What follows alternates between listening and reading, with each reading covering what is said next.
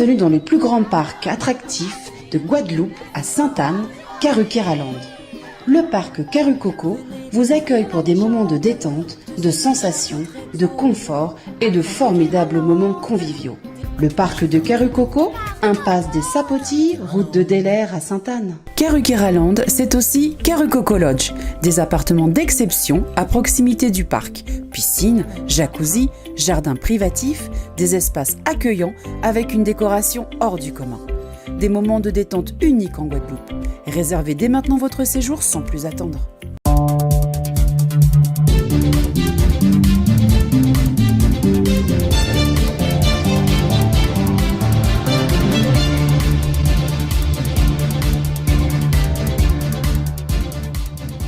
Outre-mer News, nous nous trouvons à Sainte-Anne, belle commune touristique de la Guadeloupe. Nous avons décidé effectivement de parcourir les communes de Guadeloupe et de Martinique afin de mieux cerner ces communes des régions d'outre-mer. Avec moi, Franck Baptiste qui est le nouveau maire de cette commune de Sainte-Anne, élu récemment suite à la démission de Christian Baptiste, lui élu député et qui tombait sous la loi de cumul des mandats. Franck Baptiste, comment cette élection s'est déroulée? Eh bien, je dirais depuis le 10 septembre dernier, j'ai été élu démocratiquement avec une majorité absolue.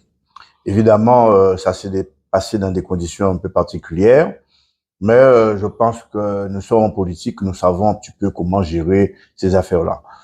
Depuis maintenant 3 mois et quelques jours, je suis maire. Je termine cette année correctement avec mes collègues. Et nous avançons, je dirais, au fil de l'eau, avec la mise en place de toutes les commissions thématiques et qui permet d'avancer pour le bien-être des Sainte-Annais. Évidemment, il fallait trouver des marques. J'ai pu, avec les administrés régulièrement que je reçois quand je peux, et évidemment, nous avançons. Voilà, jusqu'à maintenant, pour ces 3 mois. Alors, je parlais de communes touristiques. C'est vrai que vous-même, vous avez été au niveau du comité du tourisme, de l'office du tourisme de Guadeloupe pendant des années. Quels sont les atouts? C'est véritablement le premier secteur économique de cette commune de Sainte-Anne? Alors, effectivement, comme vous le savez, je fus président de la Fédération des offices de tourisme. Je suis aussi un membre fondateur du comité de tourisme des îles de Guadeloupe. Donc, c'est-à-dire que je suis dans une ville balnéaire, une ville très touristique. Et ça se passe très bien parce que nous avons commencé avec les croisiéristes. Régulièrement, nous avons, à l'arrivée des bateaux, des touristes qui déambulent sur le territoire de la ville de Sainte-Anne. Il y a un dispositif qui a été mis en place avec l'Office de tourisme intercommunal de la rivière du Levant. Et c'est vrai que régulièrement, sur nos petits marchés de Sainte-Anne, que vous allez visiter certainement, vous allez découvrir un petit marché très sympathique avec des artisans d'art, avec des gens qui vendent des planches à ranger et tout cela. Donc, ça se passe très bien et nous essayons d'optimiser la démarche qualité. Alors, il y a ce secteur touristique. Quels sont les autres atouts du secteur économique d'une commune comme Sainte-Anne? Alors, effectivement, nous avons nos artisans, nos commerçants, mais nous avons aussi nos restaurateurs.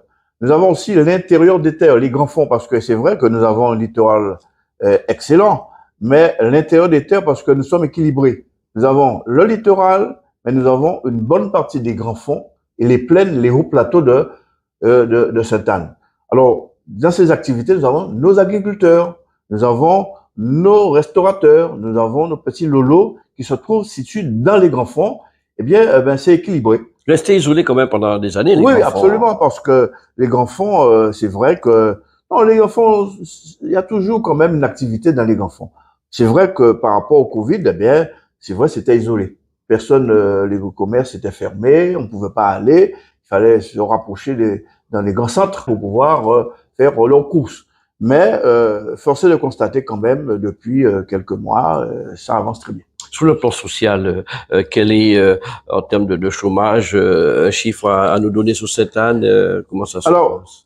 C'est comme, je dirais, nous avons quand même un certain nombre de chômeurs sur Sainte-Anne qui est aux alentours de 38%. C'est quand même fort.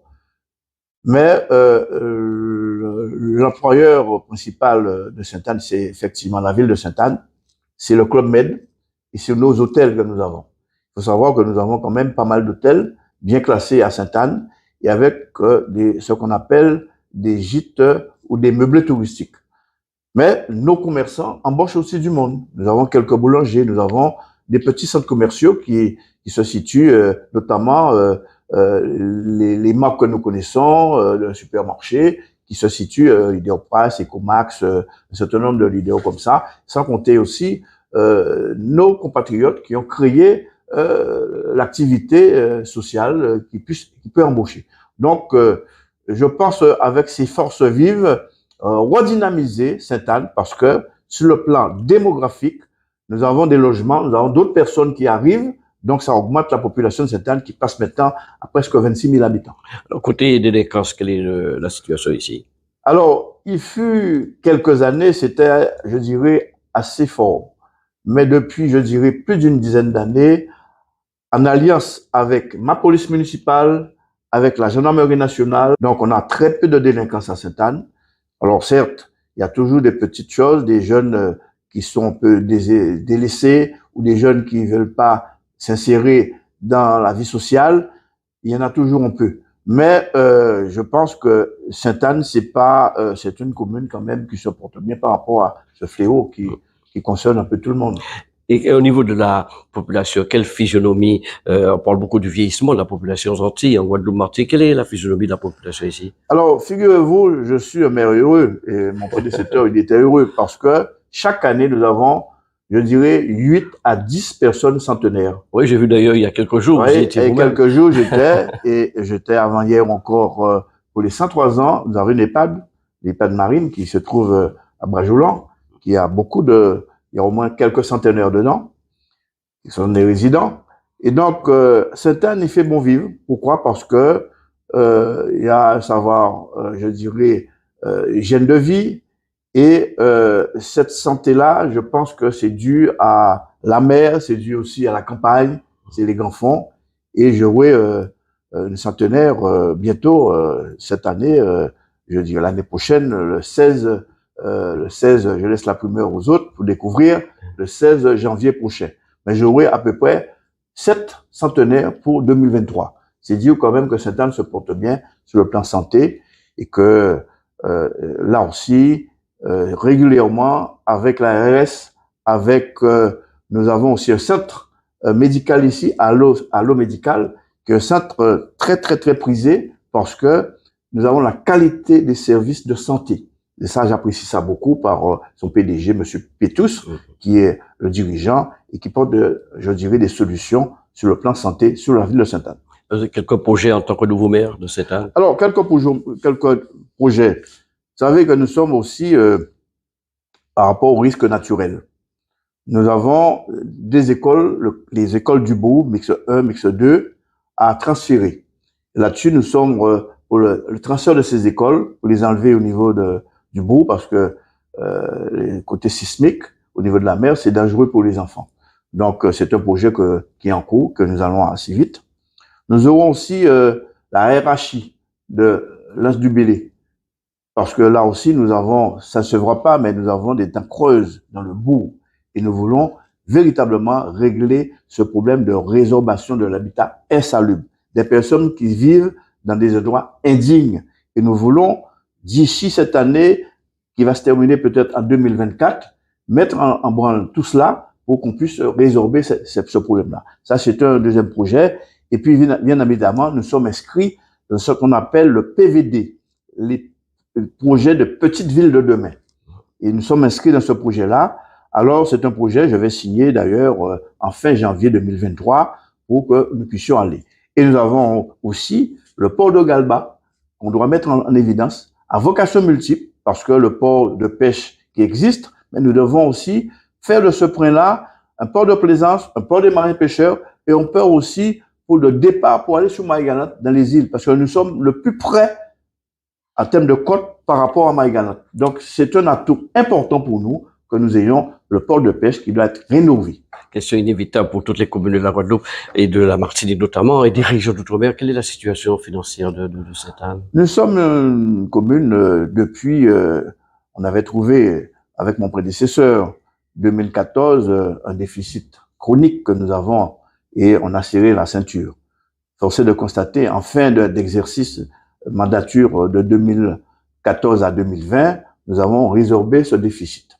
Nous sommes maintenant dans une posture, je dirais, économique très favorable, avec un excédent en budget de fonctionnement qui est assez bien, avec un petit déficit en termes d'investissement, mais ça se règle parce que il y a ce qu'on appelle des budgets qui sont pas arrivés. Dès que c'est arrivé, donc ça va équilibrer. Donc nous sommes une commune en très bonne santé. Et si on va vérifier, n'importe quel citoyen peut aller sur le site de Pringouv au niveau des impôts, au niveau de la CRC, ils peuvent voir, consulter et voir la santé financière de la ville de Sainte-Anne. Il a fallu restreindre certains projets, puis augmenter les impôts. Déjà, alors, augmenter les impôts, oui, ce fut le cas à un moment donné, mais je pense que maintenant, on va pas faire d'augmentation d'impôts. On va remettre à la population ce qu'ils ont dépensé. Mais je pense que il faut se serrer la ceinture en termes de fonctionnement. C'est ce que mon prédécesseur a toujours fait. Et moi, je suis dans cet état d'esprit de serrer la ceinture pour aller convenablement en budget de fonctionnement. Mais nous avons quand même une masse salariale qui est importante. C'est 75%. C'est trop pour une commune. Je ne peux plus faire d'embauche, je le dis, parce qu'on ne peut pas embaucher. Et donc, c'est le cas pour pas mal de communes de Guadeloupe, à part peut-être quelques communes qui ont une très bonne santé en termes de budget de fonctionnement. Mais la ville de Sainte-Anne, je fais de faire l'effort pour qu'on puisse diminuer fortement cette masse salariale en termes de fonctionnement. Voilà ma devise pour, je dirais, ma fonction de maire. Une toute dernière question, quand on arrive à Sainte-Anne, les artères, les rues, un peu de circulation, il y a peut-être des projets pour gérer ce genre de problème? Tout à fait, parce que nous avons une déviation quand on arrive sur le boulevard, au rond-point de Negmaron, qu'on prend à gauche pour éviter le bourg. Je dis aussi, si une personne va à Saint-François et même venir à Sainte-Anne, on a la possibilité d'emprunter la route départementale 105 ou 102 en laissant les abîmes, faire l'intérieur des terres, éviter la nationale. Comme en ce moment, ce sont des touristes et des vacances, donc la route nationale est vraiment encombrée. Donc c'est une façon de dévier Sainte-Anne s'ils veulent arriver à l'heure, s'ils ont une réunion, un rendez-vous. Et puis voir les sections aussi. Voir les sections, parce que l'intérieur des terres, c'est extraordinaire. Moi, j'aime l'intérieur des terres. Je suis issu de la campagne. On voit les vaches, on voit les animaux. Voilà, tout à fait. Et si on veut aller à Saint-François, sans aller sur la route nationale, on peut aller tout droit. On arrive jusqu'à Pointe-des-Châteaux sans problème. Donc, par conséquent, c'est une façon de voir. Alors, effectivement, dans le bourg, dans des petites villes de demain, de ce projet-là, il y aura une requalification du bourg en termes de circulation et plus de parking. Là aussi, on devra aussi mettre en place un dispositif pour qu'il y ait plus de parking, parce que c'est vrai, Sainte-Anne, c'est une ville balnéaire touristique, mais nous aurons bientôt aussi, c'est un projet, des parkings payants. Comme ça, ça va réguler les choses. Voilà, ça c'est une nouvelle pour 2023. Voilà. Merci à vous, Franck Baptiste, et nous avoir accordé cette interview après Bastère, après Vieux-Fort. Outremer News était à Sainte-Anne. Merci. Merci. Outremernews.fr, le site de l'actualité Outre-mer, 24 heures sur 24 et 7 jours sur 7. Retrouvez la chaîne Outremer News sur YouTube.